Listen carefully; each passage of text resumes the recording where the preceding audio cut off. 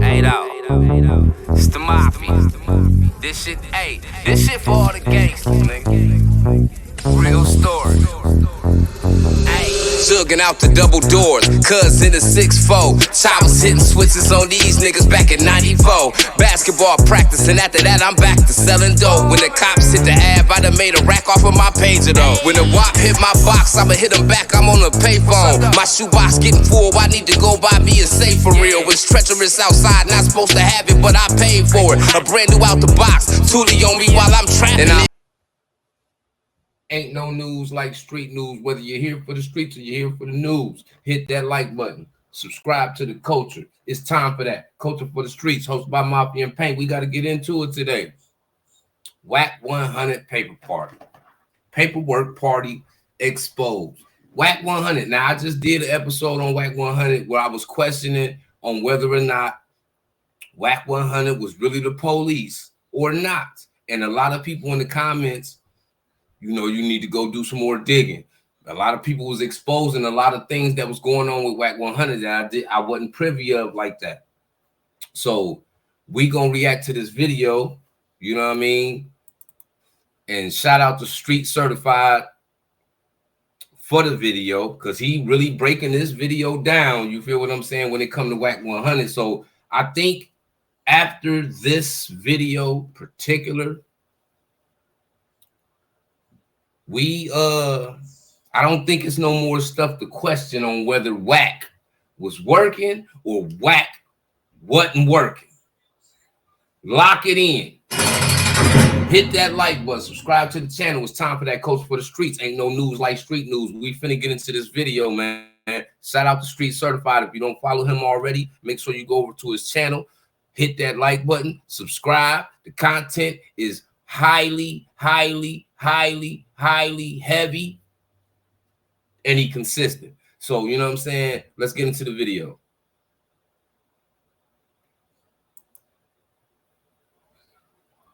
Case and how it coincidentally lines up with an older story that we told you guys about Wack100 getting caught on wiretap with the Stutterbox, Liddell Rawls, Mark Stevens case and the Main Street Mafia Crips. So, hey, man, look, with no further ado, it's all going to come together, man. Trust me, it's crazy.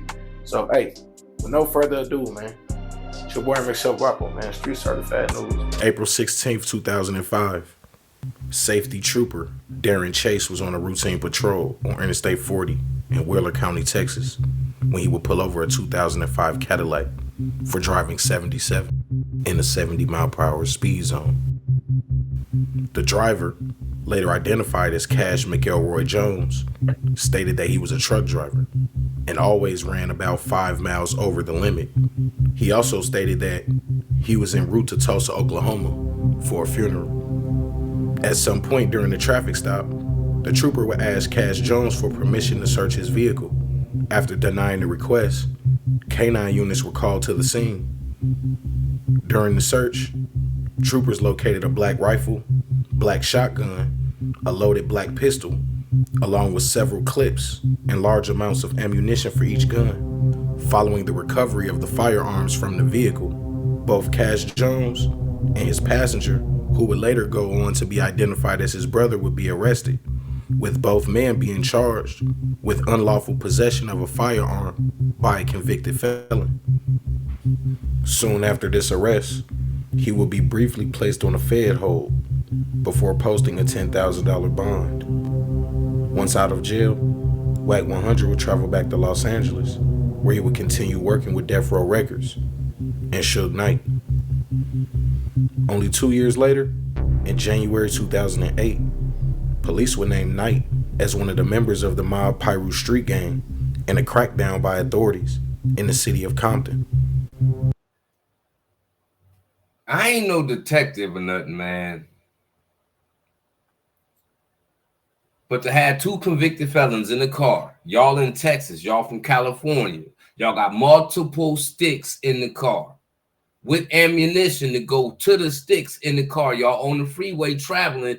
You telling the police that you going to Oklahoma but you getting pulled over in Texas, and you from California, and both of y'all convicted felons. Meaning y'all ain't even supposed to be around no sticks. So this is a start of a big issue right here, because if you're a convicted felon and you get knocked with a stick, one thing about the feds, they're not playing when it comes to them drugs and them sticks. Lock it in. Hit that like button. Subscribe to the culture.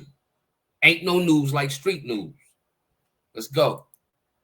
Despite his music industry connections and now managing Ray J and rapper The Game, Wack100's name would be left out of the crackdown. In that same year, Cash Jones, aka Wack100, would be caught on wiretap, informing business partner Mark Stevens that the Main Street Mafia Crip leader Ladell Rawls was under investigation for the kidnapping and beating of Robert Ross, aka Stutterbox. Ladell Rawls, who prosecutors said was the leader of the Main Street Mafia Crips gang, would be accused in a criminal complaint filed in February 2011 of directing members to kidnap, beat, and rob the victim, Robert Ross. CS2 Back would play a pivotal role in that case, both helping authorities connect the dots to Dale Dog via the wiretap phone calls and eventually helping Main Street beat their case. Let's play Stutterbox talking to Wack. This is what I'm trying to figure out, though, Box. Help me understand this, because me and you both know that whole case was your thing. What is Mark saying I had to do with the case, bro? Wack, listen, in the paperwork, it said you tried to call Dog, remember? I tried to and he call won't take Dog. your call. And I sent it to you. And he said I talked to Dog. But he said he didn't talk to you. He wouldn't take your call. But he said he wouldn't talk. Yeah, and Dog said he was cool. He didn't want to talk to you in the paperwork. Mark That's what you tried said to- was going off of what... That whole Main Street shit, that was your play. I ain't had nothing to do with it. I was a victim. Only 1 month after the indictment of the Main Street Mafia Crips, on March 9th, 2011, Cash Jones, aka Wack100, would appear in Texas State Court to have his charges finally dismissed from that 2006 unlawful. Problem number 2. You just ain't getting no stick throughout with the feds like that. So something had to happen in this process. Now, we already see that by this time he was going through things with the Main Streets, because they already felt like he was doing dirty work. While that's going on, yeah, man, cuz, oh my God, man. Now, I got a question for y'all, man. Let me know in the comments, man. All this stuff coming out like this, we ain't the only ones watching this. I'm watching it. Y'all watching it. Birdman gonna see this, right? What y'all think Birdman gonna do? I'm gonna leave it right there. Let me know in the comments. What y'all think Birdman gonna do? Lock it in. Possession of a firearm case, where he was caught with multiple firearms and ammunition. The stated reason for the dismissal was not lack of evidence or a violation of Wack100's rights, as he claims, but based on the paperwork, Wack100's gun case was dismissed in the interest of justice.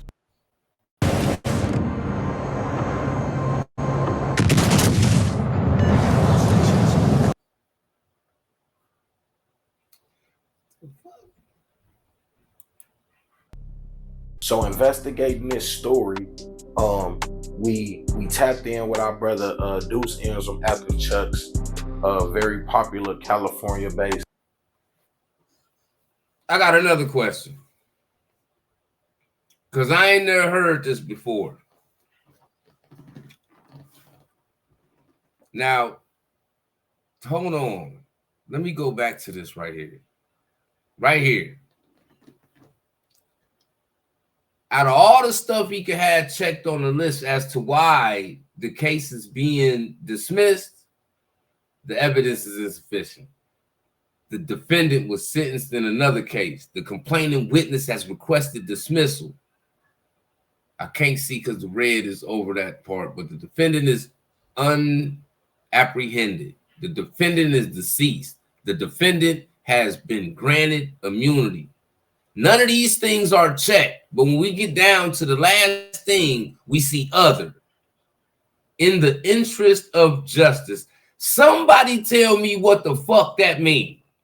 What does in the interest of justice mean? That do they replace these words with cooperation? Let me know in the comments, man. Lock it in, man. Let's go. Dismissed in the interest of justice. So investigating this story, we tapped in with our brother Deuce M's from Untitled Chapter, a very popular California-based media company. They really tapped into the streets, and you know, Deuce M's, man, this is somebody who, when it comes to Wack100, man, he's done extensive research on this guy. He really breaks down, you know, how Wack100, you know, and why he concocted this whole improper search and seizure thing. So this is my question. So Wack has addressed this before, right? Because we know the story real. We got the paperwork. He can't dispute it. It's a real case. He really got caught with hella guns as a felon in Texas. With other people. And his brother was a felon, right? So it was two felons that got caught. Right. Right. So has he ever explained how these charges got dropped? Because you sent me the paperwork and I see what it say, and it says in the interest of justice. I sent you the video where he claims that it was dismissed for illegal search and seizure, right? Now, within that same paperwork that you got, I got that paperwork from the clerk of Wheeler County, Texas, the deputy clerk, old Debbie McLaughlin, right? And you probably can see that on the email, right? Right. To verify where I got it from.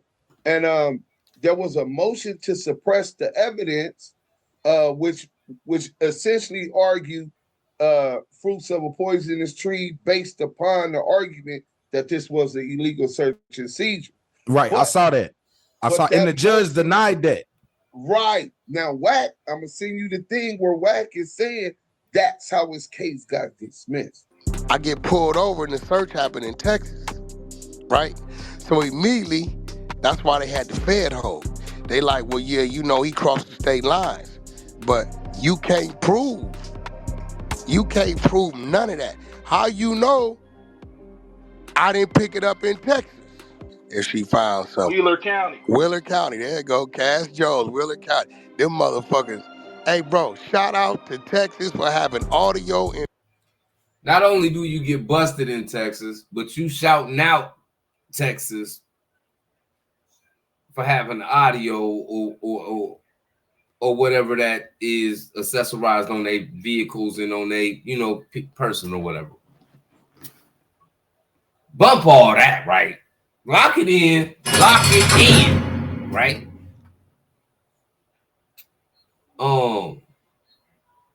If you speeding, if it's 70 miles an hour on the freeway and you going 77, you sitting here telling him you usually go 5 miles over the speed limit, you a truck driver. Nigga, you going 7.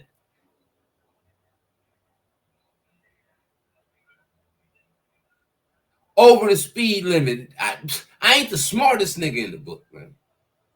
But 7 is closer to 10 than 5 is. So you're going 7 miles over the speed limit. Where does the illegal search and seizure come into play when you getting pulled over because you were speeding? You're a convicted felon. Riding through Texas, claiming you going to Oklahoma. Now, to the police, they gonna already use that as something ain't right. And that's why they gonna want to search the vehicle. But once they search the vehicle, now keep in mind while we sit on this screen too, none of these things are checked. What he would probably be talking about. The evidence is insufficient and lack of evidence and all this, you know, illegal search, seizure, all that. Ain't none of this being the reason why the case is dismissed. It says other in the interest of justice. It ain't never in the interest of justice to dismiss a case that they can get paid for sending you to prison for. That's their job.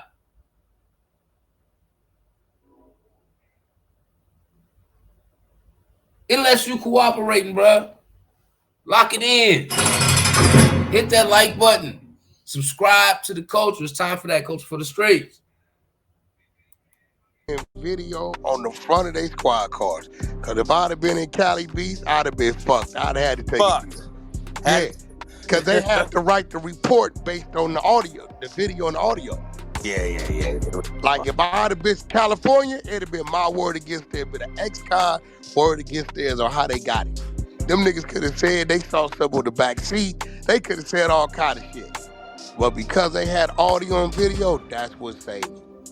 Right. So basically Wack is lying about why this case got dismissed. And we know that because we contacted the clerk in Texas. They sent the paperwork and it clearly states that his motion to suppress was denied because the judge found that none of his rights got violated.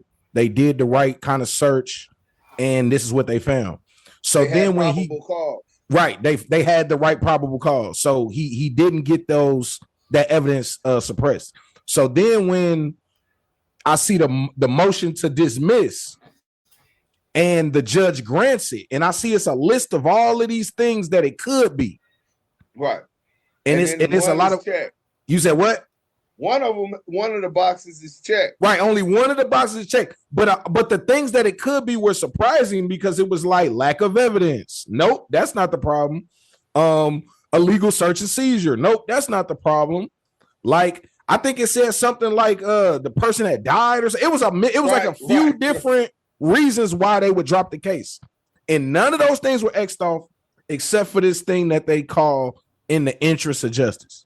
What's your take on what does that mean when a person get a case dismissed? Like what is in the interest of justice? What does that usually mean? That was the first time I ever heard it, right? So in the interest of justice essentially means that the prosecution filed that motion to dismiss the case. So Wack100's attorneys and Wack100 had to convince the prosecution that it would be in the interest of justice that two ex-felons crossing federal state lines, making it traveling interstate commerce, making it a federal case, that sending out that message is cool. It's in the interest of justice that we don't prosecute this dude, which is a far-fetched reach, right? Especially in Texas, when it's people that got 5 years for. I ain't never been to Texas, but I know you better not play in Texas, especially when you coming out of them heavily urban populated cities and counties. When you get into these counties where it's not so much so urban and you don't see us as much, you run the risk of getting pulled over more, than people treating you a lot more different. Like I had that type of experience in Alabama, you know what I'm saying? Once we left up out them urban areas and we was on that freeway coming through these counties, you know what I mean? We ended up getting pulled over and it just was a different experience, bro. So yeah, I can imagine Texas not playing, and there's two convicted felons in the car with heavy artillery and ammunition, claiming they going to Oklahoma, but they from California, getting pulled over in Texas. Wack100, you need to do some explaining, bruh. Just weed in Texas. Don't mess with Texas. You know what I'm saying? So this is my other question. So like you said, he's trafficking guns across state lines. Him and his brother are already convicted felons. Somehow, some way, they get their charges dropped. Why did this thing never go federal? Right? The feds have put a Fed hold on him off of the top. He admitted to the police in a statement to the trooper, Darren Chase, that they had came from California and he was going to pick up his mother for because she can't travel. But the dude, once Wack100 says that he got a bail. His brother didn't get bail. They let him out first. He only had $180, but he had a black card. He says that a white man picked him up, him and his brother, but if the bail bonding was closed until a couple days later, how did you? And then he said the airport was 50 miles away. He was transferred to Beaumont, a federal facility or some kind of holding facility in Beaumont. He was in jail for not just a night or overnight to the next day. He says 6-7 days later, he was still in jail on a hold, and that the feds came all the way to where he was at to tell him, hey, look, we don't want to pick up the case. Like, why would the feds come talk? Let me know what y'all think in the comments. Do y'all believe that? Because the feds ain't that type of, them boys just ain't them type of people, bruh, to come to you wherever you at, locked up, and tell you, nah, man, we ain't gonna, you know what I mean? They pressing the issue on every situation where they get involved. They just don't give you enough rope to make you feel like you got freedom. They just don't. You see what I'm saying? So it don't make sense to me. Let me know what y'all think in the comments, man. Do that make sense to y'all? That the feds went to Wack 100 while he was locked up in Beaumont.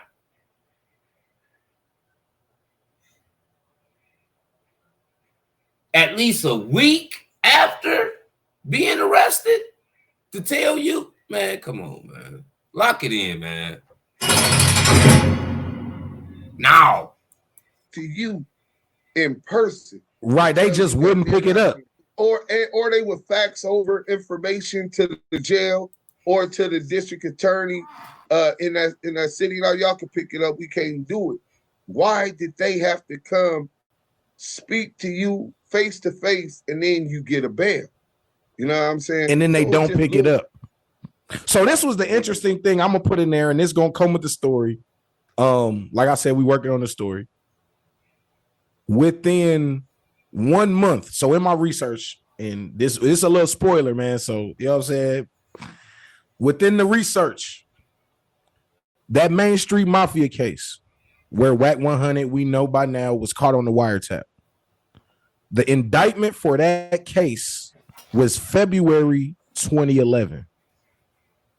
That's when those guys got indicted. Now they end up the case getting dropped in June, but they got indicted in February 2011. Wack 100 guy was going on before that, huh? But the case, see, yeah, the case started in 08. So yeah, I know the case started in 08, and they was investigating it that whole time. Wack was caught on wiretap in 08, but they actually didn't file the charges to 2011. Because went to jail. Coincidentally, a month later, Wack 100 gets his Texas gun case dropped almost a month to the day in March of 2011. And you did your calculation. You can check the dates. I was gonna say you can check the dates. They indicted Bell Dog and Main Street Mafia Crips in February 2011 after a 3-year investigation or 4-year investigation. And a month later, Wack 100 got his gun case dropped. Hey, that's why that last box was checked at the back, at the bottom. Others, in the interest of justice. Wack 100 slithered up out of his situation by throwing some other niggas up into a situation. Not that down the road they probably wouldn't end up in a situation themselves, but he sped up the process. You see what I'm saying? And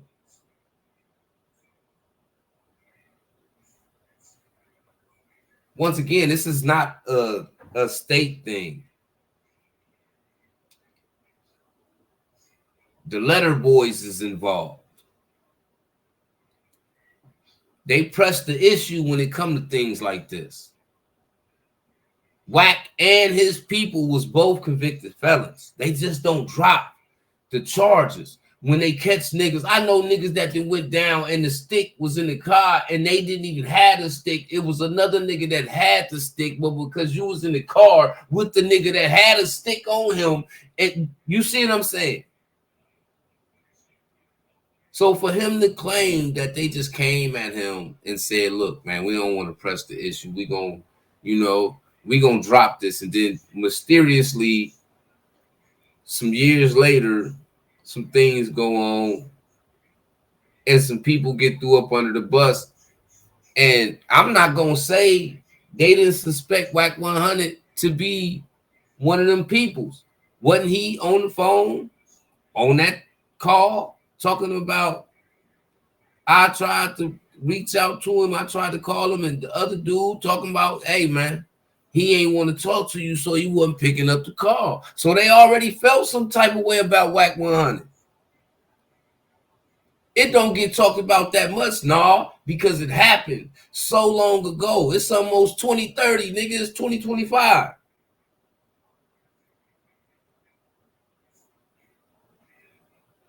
We talk about the same person that point the finger at everybody. We talking about the same person that be having information on everybody. Ain't that much access to information that you shouldn't have in the world, bruh. In Texas. It's your boy, Commercial Guapo, Street Certified. Shout out to Street Certified, man. Cause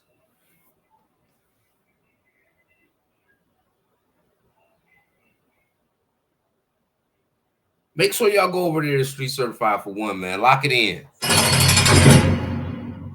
Hit that like button, subscribe to the channel. But yeah, I think that's kind of crazy.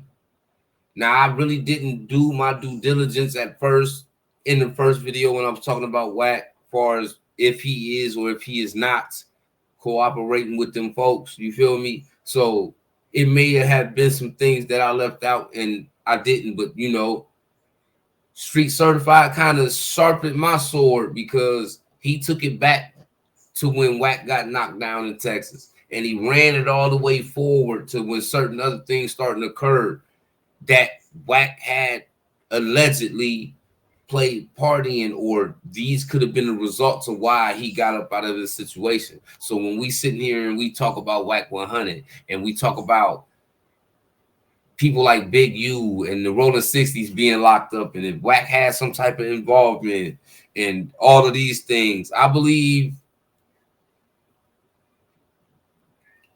when you engage in battle, you have a fallout with somebody, and your intentions are to destroy this person. Now, let's keep in mind the situation that we are talking about with Wack100 is from years ago.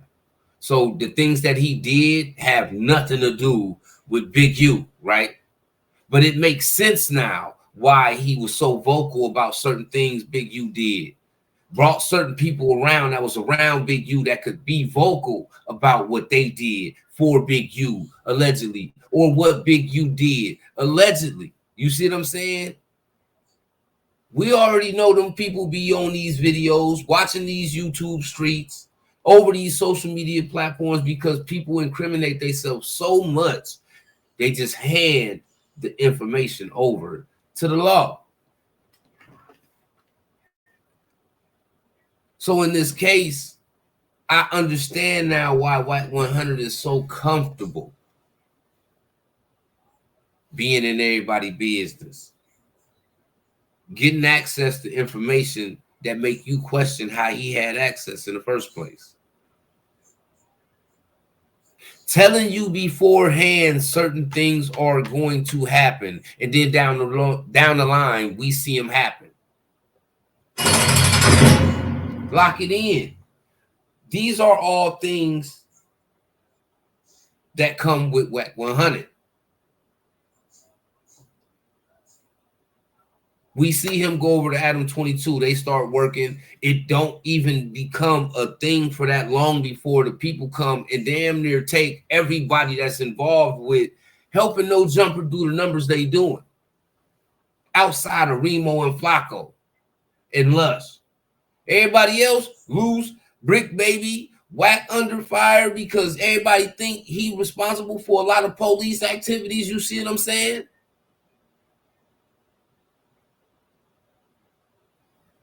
Let me know in the comments how y'all feel about Wack 100. Do y'all just think he talk too much? Or do y'all think he really the police? Like really, really, really 12? Let me know in them comments, man. Lock it in. It's time for that. Culture for the Streets, hosted by Mafia Pain. Ain't no news like street news. Whether you're here for the streets or you're here for the news, hit that like button, subscribe to the channel. And once again, shout out to Street Certified. Make sure y'all go over there and tap in with him. Subscribe to his channel. He got good content over there, man. Don't forget to let me know in them comments how y'all feel. Do y'all think Wack the Stone Cold Law? Or just a nigga with Donnie Brasco vibes? Let me know. Ain't no news like street news. It's time for that. Culture for the Streets. I'm out of here.